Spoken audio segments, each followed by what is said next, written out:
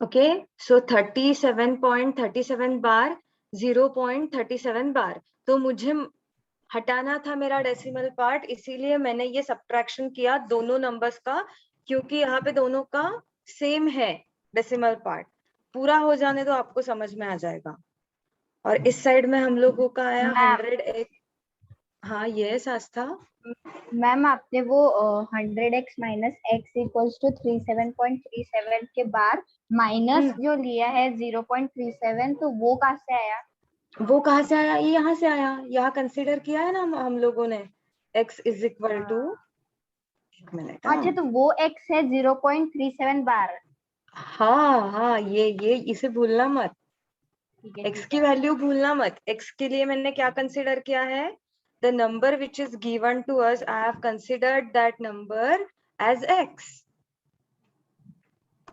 है ना। ये देखो x is equal to 0.37 bar मैंने कंसीडर यहाँ पे सबसे पहले किया है। What I assume for x, given number x is equal to 0.37 bar. Now I multiplied this x by 100. Why? Because there are two recurring digits. So for 100x I got 37.37373737 and so on. So I got 37.37 bar. Okay. और मुझे decimal part को हटाना है, तो जो दो numbers के decimal part मुझे सेम मिले हैं, जैसे कि 100x और x, ये दोनों के डेसिमल पार्ट सेम मिले, तो मैंने उनको सब्ट्रैक्ट कर दिया। ऐसे मैंने क्यों किया है? अभी देखो यहाँ पे मेरा क्या आया, राइट हैंड साइड आया। क्या हो गया Shalaka, are you asking anything?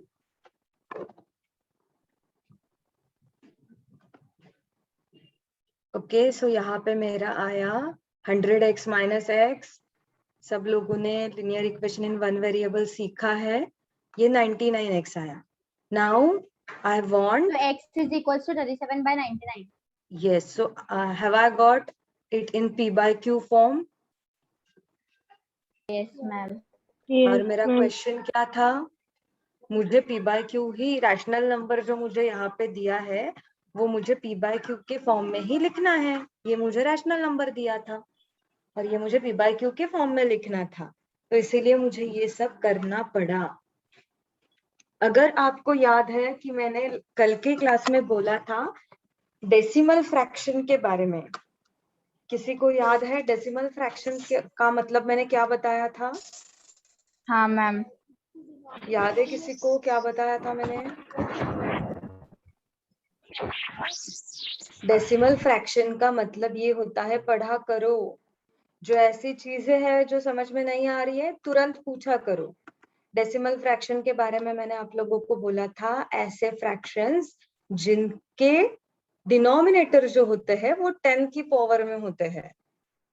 जैसे कि मान लो 37/100, 37/1000, 37/10. So you can see here all three rational numbers are having denominator as a power of 10, है ना, power of 10 है, तो इसे बोलते हैं डेसिमल फ्रैक्शंस। ओके, इन लोगों का डेसिमल नंबर में लिखना भी आसान होता है ना। 37/100, 2 जीरोस है डिनोमिनेटर में, तो ऊपर वाला न्यूमरेटर वैसा का वैसे रखो और जितने जीरोस है उतनी प्लेसेस छोड़ के डेसिमल पॉइंट दे दो, है कि नहीं? ऐसे ही करते हैं ना हम लोग। अरे जैसे जैसे आगे जा रहे हो पहले की चीजें भूलनी नहीं है। यस पुढचं मैम, पाठ मागचं पाठ कसं करायचंय का? No ma'am. और मैम वो 2 जीरो है डिनोमिनेटर में, तो 2 जीरो से शिफ्ट होगा डेसिमल पॉइंट। हाँ, तो हम लोगों को वो जो शिफ्टिंग है, मतलब placing of decimal point, how can we consider that? वो कैसे कंसिडर करना है हम लोगों को? हम लोग राइट साइड से होते हुए हम लोग डिजिट्स जो है वो छोड़ते जाएंगे। समझ में आ रहा है? जैसे जैसे कि 37/1000 है, तो हम लोग कैसे कर रहे हैं? हम लोगों ने 7 छोड़ा फ्रॉम राइट साइड, 3 छोड़ा from right side, but we want 3 places after decimal point. Why? Because there are 3 zeros in the denominator. So one more zero we will put here and then we will put 0.037. ये decimal expansion कौन से number का है? 37/1000. 1000. सबको याद है कि नहीं? मुझे पहले वो बताओ. यस मैम, याद है ये. यस तो मैम। सिर्फ एक ही स्टूडेंट क्यों बात कर रहा है? आस्था और कृष्णा, बाकी सब लोग कहाँ गए हैं? याद है ना सबको पक्का? Arya, Saharsh, Yes, ma'am. Yes Omkar, ma'am. Mahi, Yes, ma'am. Vedant. Vedant आज कुछ भी क्यों नहीं बोल रहा है? Yes ma'am. पक्का सबको याद है ना? अगर नहीं है तो पिछली वाली टेक्स्ट बुक खोलो. Yes, ma'am.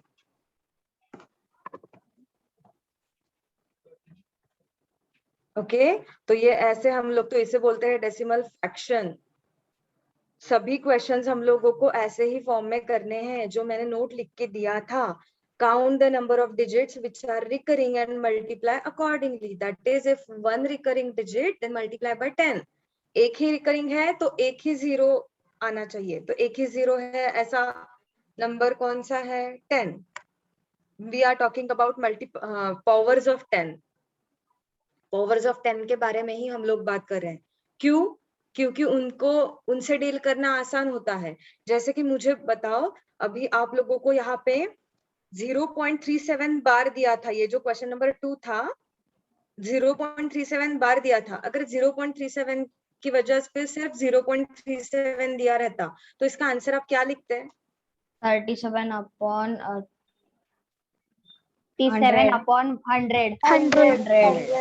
तो ये लिखना आसान है. क्यों आसान है ये लिखना? टर्मिनेटिंग है। So same we have done here. ये क्वेश्चन में जो हम लोगों ने सॉल्व किया ना, उसमें भी हम लोगों ने सेम ही किया है. सिर्फ रिकरिंग होने की वजह से हम लोगों को कुछ चेंजेस करने पड़े. और वो क्या चेंजेस है? दिया हुआ नंबर पहले x कंसीडर करो, फिर कितने रिकरिंग डिजिट है उस हिसाब से कौन से नंबर से मल्टीप्लाई करना है वो चूज करो. या तो 10 से मल्टीप्लाई करना है, 100 से करना है, या 1000 से करना है. उसके बाद हम लोगों को फ्रैक्शनल फॉर्म में चाहिए ना, p बाय q के फॉर्म में चाहिए. तो इसीलिए हम लोगों को डेसिमल पार्ट चाहिए ही नहीं अभी. तो फिर जो दो नंबर्स का डेसिमल पार्ट सेम है उनकी सब्ट्रैक्शन कर दो. बड़े नंबर में से छोटा नंबर सब्ट्रैक्ट कर दो. एक और सॉल्व करते हैं ताकि आप लोगों को समझ में आ जाए. मैम, ओके, क्योंकि अगर ये क्वेश्चन आया तो ये क्वेश्चन 3 मार्क के लिए आएगा. Excuse me ma'am. हाँ बोलो आस्था. मैम 37/99 और 37/100 तो दोनों भी सेम ही, मतलब आंसर्स राइट रहेंगे क्या? नहीं. For the question which is given over here, ये जो सेकंड क्वेश्चन दिया है उसका आंसर 37/99 ही आना चाहिए. ओके, जो क्वेश्चन मैंने अभी दिया तो वो आपको कंपैरिजन के लिए दिया. So 37/99 and 37/100, that two are different rational numbers. So you cannot write 37/100 for this question number 2. तो अब वो आपको समझे इसीलिए मैंने लिख के दिया था. Okay, fifth one I am going to do 2.514 recurring. So how many digits are recurring over here? 3000. हाँ, तो हम लोग क्या करेंगे? इसे अभी x कंसिडर करेंगे. स्टेप्स ध्यान में रखो. क्या स्टेप्स की मैंने? Let x equal to 2.514 recurring. X will be 2.514 bar. Okay, now how many recurring digits Three are digits there? are recurring. 3 digits are recurring. 1000 x equals to Divide by 1000. 10,000 1000 x x minus equals x. हाँ, आराम से सब लोग साथ में बोलेंगे तो कैसे समझ में आएगा? minus आराम से to कोई एक बोले. 2.514 into Asta, 1000. do one thing. Let Arya speak. Yes. Ma'am, हाँ, 1000 x minus x करना पड़ेगा ना? और पहले 1000x का आंसर फाइंड आउट करते हैं, डायरेक्टली स्टेप नहीं करेंगे, स्किप नहीं करेंगे। 2.514,000. तो इसका आंसर बताओ ना, 1000x का आंसर क्या आएगा?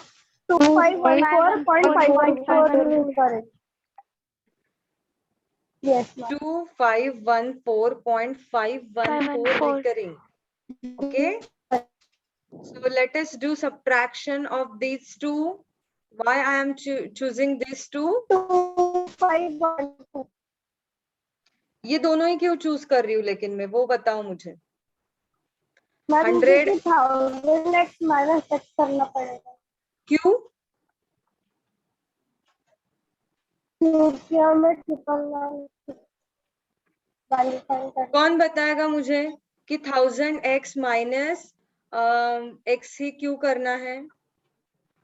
मैम ये सास था। नहीं पता। कोई है जिसे पता है? No, ma'am. हाँ, क्योंकि आप लोगों ने ऑब्जर्व किया कि 1000x और x दोनों का भी डेसिमल पार्ट सेम ही है। Yes. हाँ, तो 514 अगर मैं ये, कैंसिल हो जाएगा। हाँ तो वो कैंसिल हो जाएगा। और मैं ये सब क्यों कर रही हूँ? क्योंकि मुझे डेसिमल पार्ट चाहिए ही नहीं। I don't want decimal part. So on LHS I will get 9900x. Sorry, 999x, and for this I will get 2512. 2514. 2.12. Vertically arrange करो रे सब लोग, ओवर कॉन्फिडेंस में ओरली मत करो। 2514.514 मैम minus आंसर आएगा 251। अरे नहीं मैम 31513 आएगा। नो मैम 2512 आएगा। हाँ नो मैम 2512 हो गया।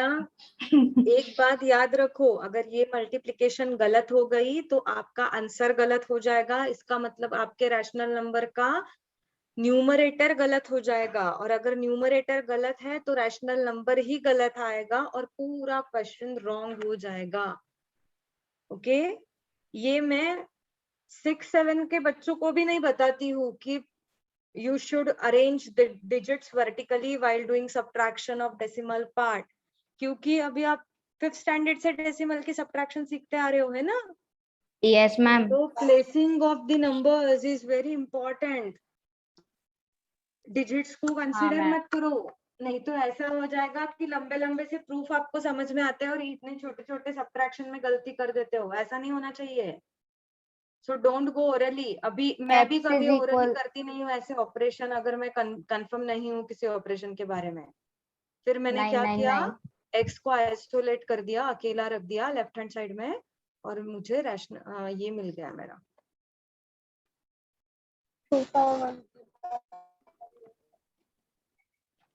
चलो अभी मुझे बताओ, ऐसा कौन है जिसे ये समझ में नहीं आया है? मैम एक क्वेश्चन हम करके देखें। हाँ करो, चलो लेकिन जल्दी करो।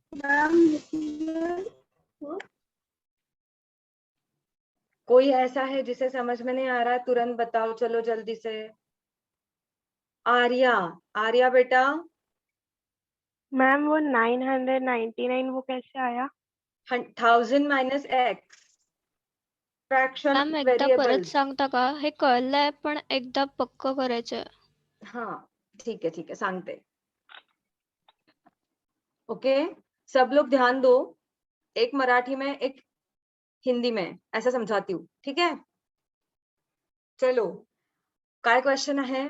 2.514 बार, बरोबर? बार 3 डिजिट्स वर आहे, म्हणजे ते 3 डिजिट्स रिपीट होत आहेत आपले डेसिमल पार्ट मध्ये.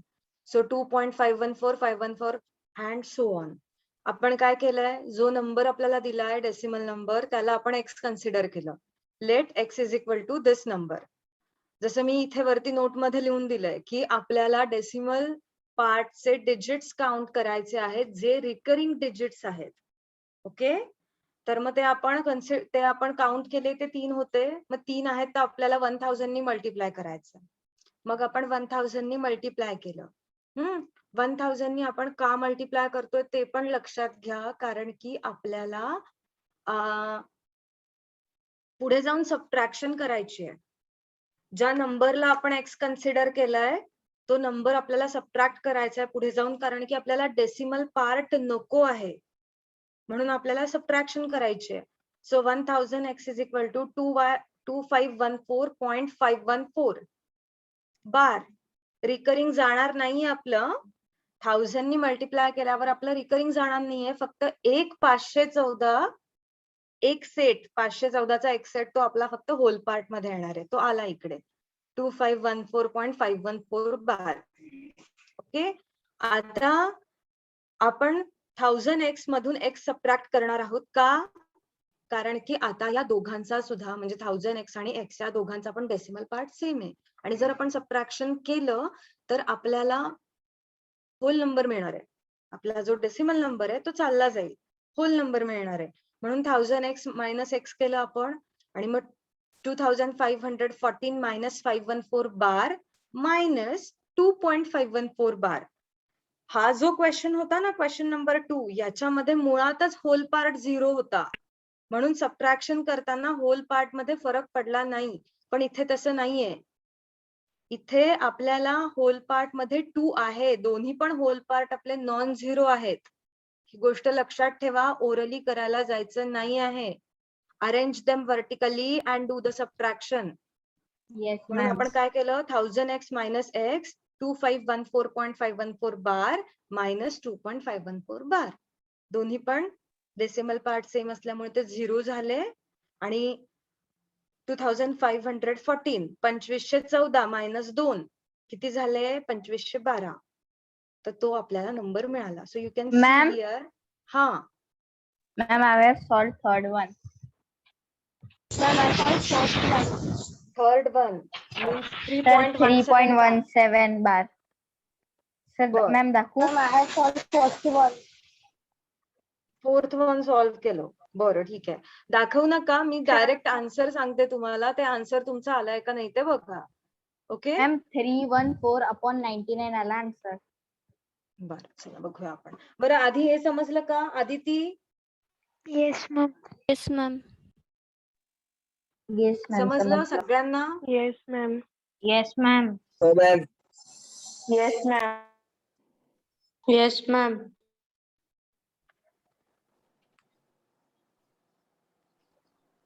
ओके, क्वेश्चन नंबर 3 च फोर्थ वालं 15.89. तर मी ते पूर्ण नहीं सॉल्व करणार, ठीक है, साथ में सॉल्व करके देखते हैं कि हम लोगों का क्या आ रहा है. पूरा सॉल्व करेंगे तो बस उसी में टाइम चला जाएगा ना, हम लोगों को और कुछ थोड़ा बहुत करना है. 1.99. हाँ, आता आधी थर्ड वाला सॉल्व कोणी केलेलं आहे तर त्याचं मी डायरेक्ट Ma'am, आन्सर मी- सांगते. क्वेश्चन Ma'am, मी हा. केलंय solve. बरं, ज्या ज्या लोकांनी केलंय आन्सर चेक करा काय आलंय. 3.17 बार. So this will be 10x Equals to- minus x, so this will be 9x. Just a minute now, let me हाँ. finish. So 317 minus 314 येणार आहे. Ma'am, वो 99 आएगा ना? 99. Yes. This will be 100x. 100x हाँ, minus minus x. So हाँ, this तो will be 99. 317 minus 3. 314. Ma'am, 314. 314. So 99x is equals equal to to 314. X is equals to 314 by 99. Yes, ma'am, H answer आता. okay. हो ma'am. चलो अभी fourth वाला क्या है, 15.89. तो यहाँ पे भी हम लोगों को 100 से ही मल्टीप्लाई करना पड़ेगा. So this will be 100x minus x is equal to 15 म्हणजे कसं येणार, 1589.89 bar minus 15.89 bar. Decimal part is surely 0. Decimal Zero. part is going to be surely 0. This will be 4715. So answer will be 15,7. 1574 upon 99. 1574. No, not 574. It is 1574. Okay. जो लोगों ने किया है, जो लोग ट्राई कर रहे हो, देखो अपना आंसर चेक करो.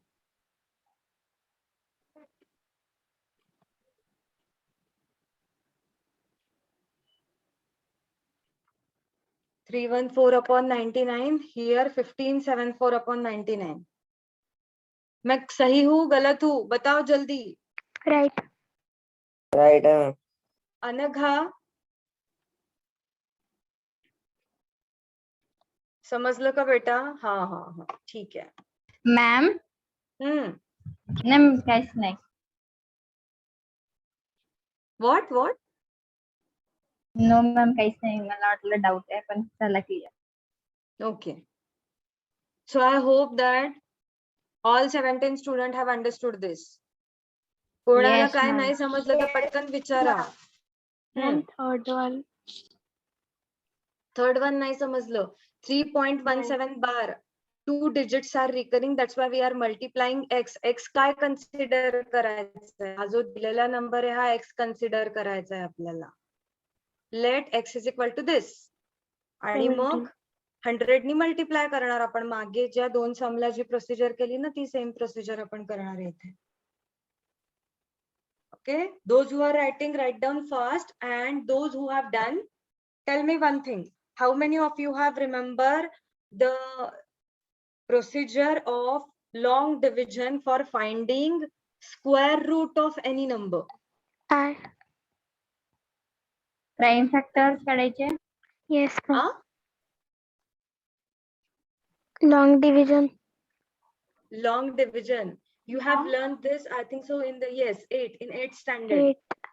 In Yes, 8th ma'am. standard, while studying square root chapter, you must have seen this. You should remember how to Yes, find ma'am. out square root using long division method. याद है सब लोगों को? Yes हाँ, ma'am. ma'am, ma'am I have बहुत confusion. Step Yes, बहुत ma'am. Hard थी. Ma'am वो तभी के तभी याद रहता है फिर बाद में भूल जाता है. तो ऐसा होना चाहिए क्या? इसका क्या मतलब है कि आप लोगों की मेहनत कम पड़ रही है, यस मैम. है ना? Ma'am. क्योंकि हम लोगों को yes, Ahana, are you asking anything or saying anything? No. हाँ, क्योंकि वो हम लोगों को अभी यहाँ पे यूज करना है. Square root of 2 and square root of 3. Now we are moving towards how to find out, moving towards irrational number. Rational number तो हम लोगों को पता चल गया अभी कि p by q फॉर्म है तो वो rational number है. लेकिन अगर p by q फॉर्म में हम लोग नहीं लिख पा रहे हैं, जैसे कि अभी हम लोगों ने सीखा terminating non terminating. Non terminating के भी 2 पार्ट्स है, non recurring and recurring. So if the given fraction or given rational number is non-recurring, non-terminating और non-terminating, non-recurring, मतलब वो decimal part infinite है, खत्म भी नहीं हो रहा, repeat भी नहीं हो रहा है, तो ऐसे जो decimal expansion है वो irrational number में आते हैं. तो कैसे पता चलेगा कि कौन सा rational number जो है? जैसे कि हम लोगों ने कल एक नोट देखी कि rational number है, rational number का denominator चेक करो, डिनोमिनेटर के प्राइम फैक्टर्स निकालो. अगर प्राइम फैक्टर्स 2 या 5 है तो वो रिकरिंग है, और अगर 2 और 5 नहीं है तो वो नॉन रिकरिंग, नॉन टर्मिनेटिंग है. कल हम लोगों ने ये देखा भी, नॉन रिकरिंग है. सॉरी. तो वैसे हम हमेशा तो वैसे हम लोगों का नहीं आएगा. अगर आपको डायरेक्टली उन्होंने दिया that find out decimal expansion of this number, तो आप कैसे फाइंड आउट करोगे? तो उसके लिए हम लोगों को division method, long division method बहुत इंपॉर्टेंट है. लॉन्ग डिवीजन मेथड बहुत इंपॉर्टेंट है. ओके, समझ में आ रहा है? Yes ma'am. Yes, तो ma'am. उसके लिए तो वो याद रखनी पड़ेगी मेथड क्या है ना? तो मैं रिकॉल करती हूँ क्विकली.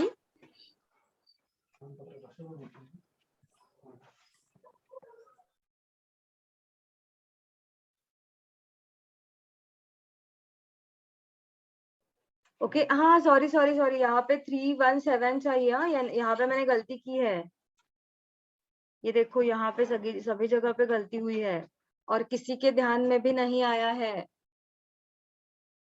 क्यों? 314 ही तो है। हाँ आंसर मैम 314 ही है ना मैम, सेम ही तो है 314 बाय 317 99। -3 मतलब 314 ही आएगा। 314 आंसर आएगा। Ma'am 314 by 99। 317.17 means 17 bar minus 3.17 bar. 3.17 0 correct 7 में से 3 गए तो 4 बचे, 314 314। समझ में आया 314 कैसे आया वो? Yes ma'am. Yes, ma'am. चलो I am going to stop sharing this now. चलो अभी देखते हैं कि हम लोगों के टेक्स्ट बुक में क्या दिया है। Okay ma'am.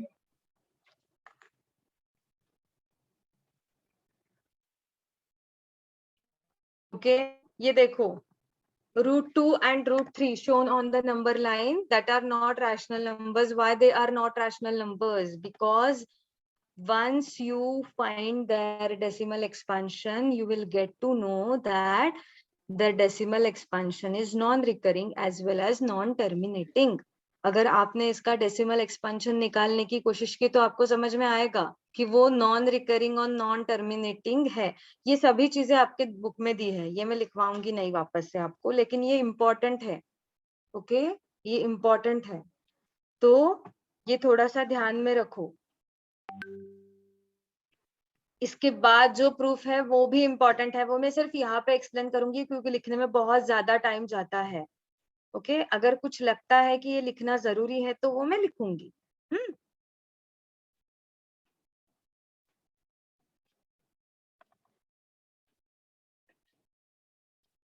3.17 अनघा मी आता दाखवलं बेटा, तुला कळलं का व्हाईट बोर्ड वर मी कसं केलं ते? 314 कसं आलं ते कळलं का तुला? तू स्वतः करून बघ, जर नाही कळलं तर पुन्हा उद्या एक्सप्लेन करेन, ठीक आहे? आधी तू करून बघ स्वतः। Okay the numbers √2 and √3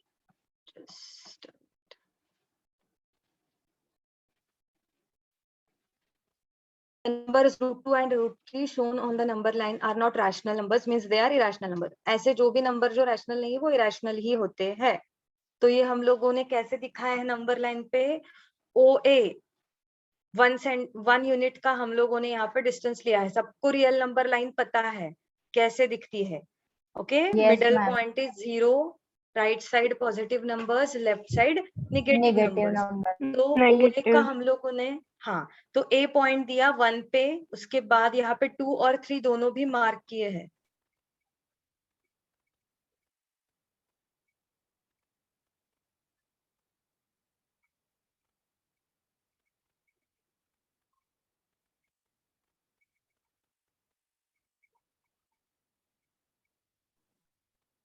sorry network issue. Point B which is on the left, ये देखो यहाँ पे ये -1 है तो -1 1, ये रियल नंबर लाइन पे इंटीजर्स रिप्रेजेंट किए हुए हैं। Coordinate of point P is √2 and it's opposite number is -√2। हम लोगों को ये पता है कोई भी पॉजिटिव नंबर का अपोजिट नंबर नेगेटिव नंबर होता है कि नहीं? और वो यहाँ पे इस कैसे दिया है, कैसे रिप्रेजेंट किया है? वो डायरेक्टली किया है, पता नहीं कैसे किया। हम लोगों को तो पता नहीं है डेसिमल एक्सपेंशन क्या है, तो हम लोगों को ये कैसे पता चलेगा? ये बताओ मुझे कि √2 की डेसिमल वैल्यू क्या है? कैसे ये लोगों ने 1 और 2 के बीच में, मतलब O पे 0 है, A पे 1 है, ये देखो यहाँ पे O is representing 0, A is representing 1, उसके बाद यहाँ पे एक पॉइंट है जिसको नाम नहीं दिया है तो उस पे 2 आएगा, और ये जो दूर पॉइंट है वो 3 आएगा। तो उन्होंने कैसे √2 और √3 की वैल्यूज 1 और 2 के बीच में रख दी है? क्या पता नहीं ना ये पाइथागोरस थ्योरम से। पाइथागोरस थ्योरम से कैसे? कैसे तो बताओ, थोड़ा सा एक्सप्लेन करो। पाइथागोरस थ्योरम से तो आपको वैल्यू मिलेगी, लेकिन कहाँ पे रियल नंबर लाइन पे Root कहाँ पे one. प्लेस करना है? Root one 1.41. पॉजिटिव मतलब रूट 4 के पहले 3 आएगा और उसी के पहले 2 आएगा। ओके, मुझे एक बात बताओ कि is 4 exact square root? 4 is exact square root? हाँ मैम 2 का यस है मैम। ना? तो रूट 4 की वैल्यू क्या है? 2 2 है। तो रूट 4 की वैल्यू 2 है, ये हम लोगों को पता है। हम root 4 3 जो है 4 1.72. से 3 और 2 तो छोटे ही हैं, हाँ यस मिस। है ना? ये देखो यहाँ पे 2 जो है वो छोटा है 4 से, और 3 भी है जो 4 से छोटा है। तो अगर हम लोग इसका स्क्वायर रूट लेंगे, दोनों साइड में अगर हम लोग स्क्वायर रूट लेंगे, तो रूट 2 और रूट 3 की तो वैल्यू हम लोगों को पता नहीं है, लेकिन रूट 4 की वैल्यू तो पता है। So root 2 is definitely ma'am- less than 2, हाँ रूट 2 है ना? और root 3 is also definitely less than 2। इसका 2 आंसर लिखा मैंने और कुछ भी नहीं किया। रूट 4 का आंसर आता है 2, तो वो मैंने बस सिंप्लीफाई कर दिया। तो मुझे ये चीज क्लियर हो गई। मुझे ये तो पता नहीं है कि 1 और 2 के बीच में रूट 2 और रूट 3 कहाँ पे आएंगे, वो मुझे पता नहीं है। लेकिन मुझे ये पता है कि वो आएंगे तो 1 और 2 के बीच में ही आएंगे। हाँ मैम समझ में आ रहा है? जैसे कि मैं 1.5 ये जो डेसिमल नंबर है, इसके बारे में फिक्स बोल सकती हूँ कि 1 और 2 के एग्जैक्ट मिडल में 1.5 आएगा। आएगा कि नहीं? यस आएगा। Yes ma'am. आएगा ना? ये आएगा। देखो यहाँ पे ये मेरी नंबर लाइन है। I will try to draw. ये देखो ये मेरी नंबर लाइन है। चलो मैं ना एक काम करती हूँ, ये सब पहले साफ कर देती हूँ तो आपको ठीक से समझ में आ जाएगा। सबसे पहले तो ये मान के चलो कि हम लोगों को कुछ भी पता नहीं है कि कहाँ पे आएंगे रूट 2 और रूट 3 रियल नंबर लाइन पे। लेकिन हम लोगों को इतना पता है कि ये आएंगे तो 1 और 2 के बीच में ही आएंगे। ये हम लोगों को क्यों पता है वो अभी देखते हैं। ये देखो अपनी नंबर लाइन है।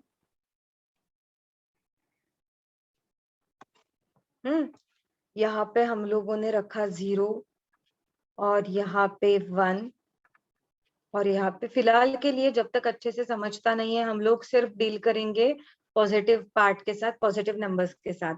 0 और 1 है। मुझे ये पता है कि 1 और 2 के एग्जैक्ट मिडल में मुझे क्या मिलेगा? 1.5 मिलेगा। 1.5 ये तो मुझे पता है, 1.5. लेकिन रूट 2 और रूट 3 के बारे में मुझे कुछ भी पता नहीं है। सिर्फ ये जो ऊपर मैंने लिखा है ये सब, root 2 is less than root 4 and root 3 is less than root 4। तो उस वजह से मुझे ये पिक्चर क्लियर हो गई है कि रूट 2 और रूट 3 ये दोनों आएंगे तो इसी कहीं पीरियड में आएंगे, 1 और 2 के बीच में ही आएंगे। पता नहीं है कहाँ पे एग्जैक्टली आएंगे। तो वही पता करने के लिए हम लोग क्या कर रहे हैं? लॉन्ग डिवीजन यूज करके रूट 2 की डेसिमल एक्सपांशन ढूंढ रहे हैं। समझ में आया? इसीलिए मैंने आज आपको पूछा कि आप लोग ये फाइंड आउट कैसे करोगे। ये फाइंड आउट रूट 2 की डेसिमल फॉर्म लॉन्ग डिवीजन को यूज करके कैसे करोगे? तो मैं तो आपको बता रही हूँ, लेकिन आज का आपका होमवर्क ये है कि सबसे पहले तो प्रैक्टिस सेट जो है वो आप लोगों को कंप्लीट करना है। और दूसरी बात, लॉन्ग डिवीजन से स्क्वायर रूट कैसे फाइंड आउट किया जाता है वो एक बार आपको रिकॉल करना है सब लोगों को।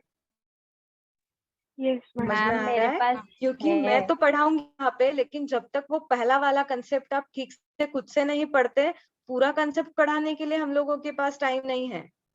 ओके? ये इतना इरेशनल एंड रियल नंबर्स का इतना प्रूफ जो है वो मैं अभी कंप्लीट करने वाली हूँ आज के पीरियड में। ये यहाँ पे देखो decimal form of irrational number. तो square root of 3 and square root of 2 कैसे फाइंड आउट किया जाएगा, उसका डेसिमल फॉर्म कैसे फाइंड आउट किया जाएगा, और हम लोगों को कैसे पता चलेगा कि वो नॉन टर्मिनेटिंग और नॉन रिकरिंग है, वो अभी हम लोग इसमें देखने वाले हैं कल। मैम मेरे पास इसकी स्टेप बाय स्टेप रिटर्न है। हाँ, तो स्टेप बाय स्टेप रीजन है, लेकिन अभी आपको पता चला इसीलिए, तो सबको पता नहीं रहेगा, सबको याद नहीं रहेगा, तो सब लोग अच्छे से वो लॉन्ग डिवीजन वाला करके देखो। कल पे करके दिखाऊंगी, लेकिन कल मैं पूरी एक्सप्लेन नहीं करूंगी। जैसे आपको 8th में एक्सप्लेन किया रहेगा, वैसे हम लोगों को एक्सप्लेन करने के लिए टाइम नहीं है। समझ में आया? ठीक है मैम। Yes ma'am. ये देखो अभी यहाँ पे है, प्रूफ है ये। This is indirect proof without finding long division. जैसे ही हम लोग लॉन्ग डिवीजन फॉर्म करते हैं, जैसे मैंने अभी आगे बोला कि √2 की डेसिमल एक्सपांशन हम लोग लॉन्ग डिवीजन करके फाइंड आउट करेंगे, तो हम लोगों को दिखेगा कि यहाँ पे तो डेसिमल पार्ट जो है वो खत्म ही नहीं हो रहा है और कहीं पे रिपीट भी नहीं हो रहा है। तो हम लोग डेफिनेशन को उस पे डेफिनेशन पे फोकस करते हुए ये डायरेक्टली बता सकते हैं कि √2 जो है वो इरेशनल नंबर आ गया। लेकिन ये हम लोग प्रूफ कैसे करेंगे? Without solving. So this here we are having indirect proof. जैसे कि मैंने बोला, अगर कोई नंबर इवन नहीं होता है तो वो ऑड होता है, करेक्ट है ना? Yes ma'am. हाँ वैसे ही अगर कोई नंबर इरेशनल नहीं होता है तो वो रैशनल होता है। हर एक नंबर हम हाँ लोग p/q के फॉर्म में लिख सकते हैं। तो मान लो कि √2 ये इरेशनल नंबर नहीं है, रैशनल है। See here our first step of proof. ये हम लोगों लेट्स का फर्स्ट स्टेप एज्यूम है इट। प्रूफ का। Our solution of the proof starts from here. क्या है? अज्यूम करो कि √2 रैशनल है। अज्यूम करो √2 रैशनल है, इसका मतलब √2 जो है वो p/q के फॉर्म में लिखा जा सकता है, क्योंकि रैशनल है। Simple, according to definition of rational number. p/q is the reduced form of rational number, hence p and q have no common factor other than 1। मतलब यहाँ पे क्या बोला है? ये रिड्यूस फॉर्म में है। रिड्यूस फॉर्म में है मतलब मान लो 2/3 के फॉर्म में है। 2/3 हम लोग आगे रिड्यूस कर सकते हैं क्या? नहीं। न्यूमरेटर 2 है, नहीं। डिनोमिनेटर 3 है, तो 2 और 3 का कॉमन फैक्टर 1 है। They are coprime with each other. Okay, so मान लो सबसे पहले √2 रैशनल है, वो p/q के फॉर्म में एक्सप्रेस किया जा सकता है, और ये √2 का p/q जो है वो लोएस्ट फॉर्म है। This will not be reduce further, ये इसके आगे रिड्यूस नहीं होगा। तो ये हम लोगों ने क्या कंसीडर किया, वो यहाँ पे मैथमेटिकली लिखा। उन्होंने क्या कंसीडर किया? √2 इज इक्वल टू p/q, जो उन्होंने ऊपर लिखा था, स्क्वायर लिया दोनों साइड में। तो दोनों साइड में स्क्वायर लिया करके LHS का स्क्वायर चला गया, और RHS में p²/q² हो गया, squaring both the sides. Okay, उसके बाद 2q² is equal to p²। Cross multiply. क्या क्रॉस मल्टीप्लाई किया उन्होंने? मतलब q एक जो है टर्म वो लेफ्ट साइड में लेके गए। So 2q² is equal to p²। p² even है, ऐसा क्यों? मैम क्योंकि वो p²/2। 1-1 बोलो, पहले आर्या बोलो फिर आस्था बोलेगी। मैम क्योंकि वो 2q² है, तो इसलिए वो p² इज इवन है। हाँ, very good very good. p² हम लोगों का क्या आया? 2 × q²। Always remember divisibility rule of 2, divisibility test of 2 क्या बोलती है? कोई भी नंबर को 2 से मल्टीप्लाई करो, हम लोगों को हमेशा इवन नंबर ही मिलता है, चाहे वो ऑड भी नंबर हो तो भी। अगर ऑड भी नंबर हो तो भी 2 से मल्टीप्लाई करो तो इवन मिल जाता है। That's why p² is even, क्योंकि p² is equal to 2q²। 2²। p is also even, p is also even. ऐसे क्यों? हाँ, p p² is इवन है also तो p even। इवन रहेगा ही। नंबर का स्क्वायर हमेशा इवन यस, रहता है। इवन नंबर का स्क्वायर रूट हमेशा ही इवन होता है। That's why p is also even means 2 is a factor of p। इसका रीजन क्या है?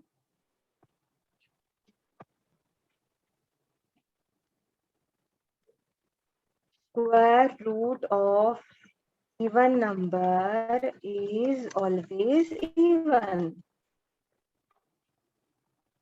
इसीलिए p स्क्वायर इवन है, p इवन आ गया। Yes, हर ma'am. एक इवन नंबर का 2 हमेशा फैक्टर होता है। ओके, तो p is equal to 2t। p के फैक्टर्स तो पता नहीं है, लेकिन एक कंसिडर किया 2t because t is also random, they have taken over here. t is one of the number from integer, t is one तो ऑफ द मैम आप इंटीजर। तो ma'am p equals to 2t, तो t यहाँ पे हमने एक variable लिया है क्या? t इज अ वेरिएबल, क्योंकि हम लोगों को पता नहीं है ना कि p की वैल्यू क्या होगी। सिर्फ इतना पता है कि p जो है वो इवन रहने वाला है। अगर वो इवन है तो वो 2 का मल्टीपल रहेगा डेफिनेटली। मान लो p इज इक्वल टू 16 है, so we can write 16 as 2 into 8, so in that case t will be 8। Yes. समझ में आ रहा है? p is even means 2 is a factor of p। Even number का 2 हमेशा फैक्टर होता है, लेकिन पता नहीं है p की वैल्यू क्या रहेगी, इसीलिए p is equal to 2t consider किया, जहां पे 2 एक कोई भी इंटीजर्स वेरिएबल कंसिडर किया है।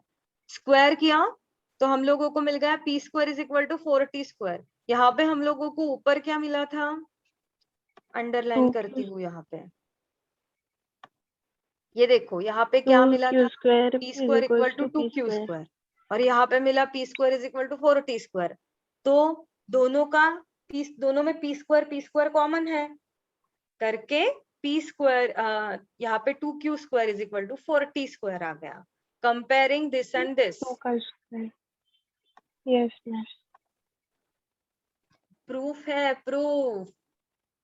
प्रूफ जब हम लोग लिखते हैं तो हम लोगों को बहुत ज्यादा ध्यान देना पड़ता है, क्योंकि बातें समझ में ही नहीं आती है जल्दी कि कहाँ से क्या किया, क्या कर रही है मैम, विलन बन जाती है मैम, क्योंकि वो समझा ही नहीं पाती है ना।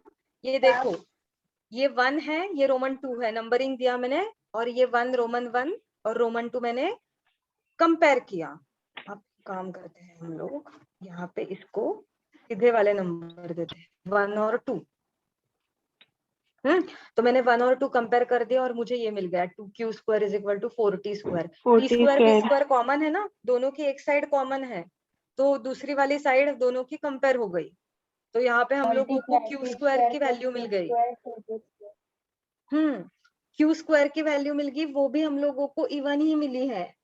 तो अगर q स्क्वायर इवन है तो इसका मतलब q भी इवन ही आएगा, ऊपर वाला rule, square root of even number is always even, तो q स्क्वायर इवन है तो q भी इवन आएगा, तो 2 is a factor of q आ गया।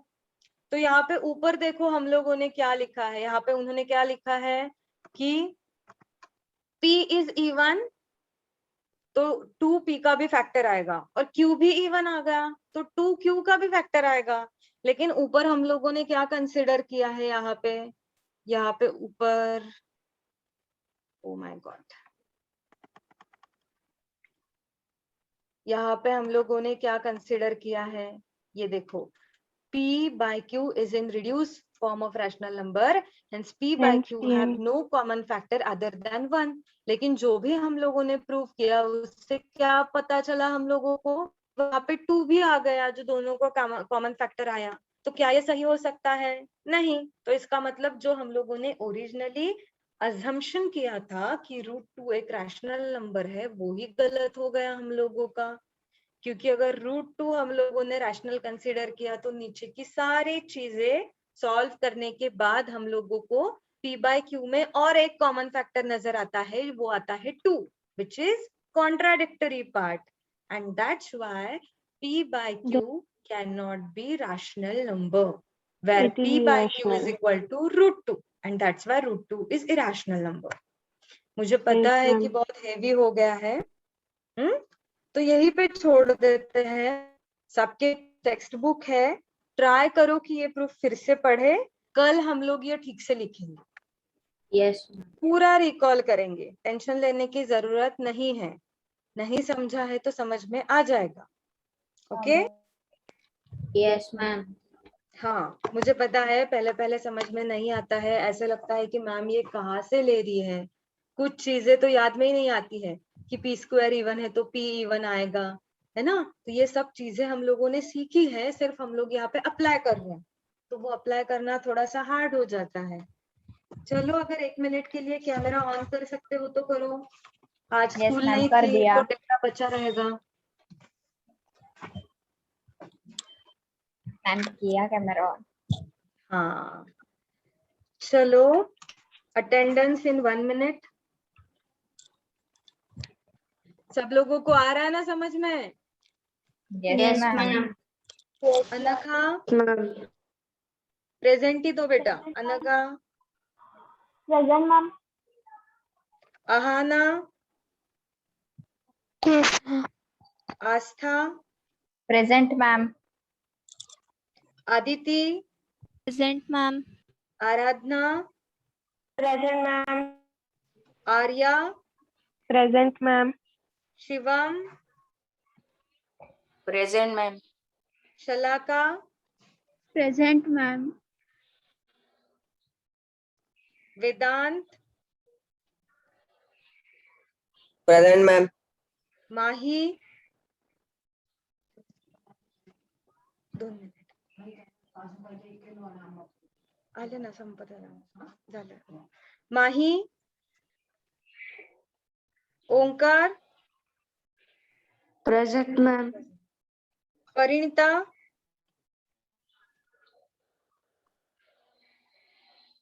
परिणीता नहीं है. Swara, present ma'am. Viraj, present ma'am. Krishna, present ma'am. Kshiti, Rugved, Saharsh. Present, ma'am. Rugved. Okay, Present, ma'am. Saharsh, Present, Sai, ma'am. Sai,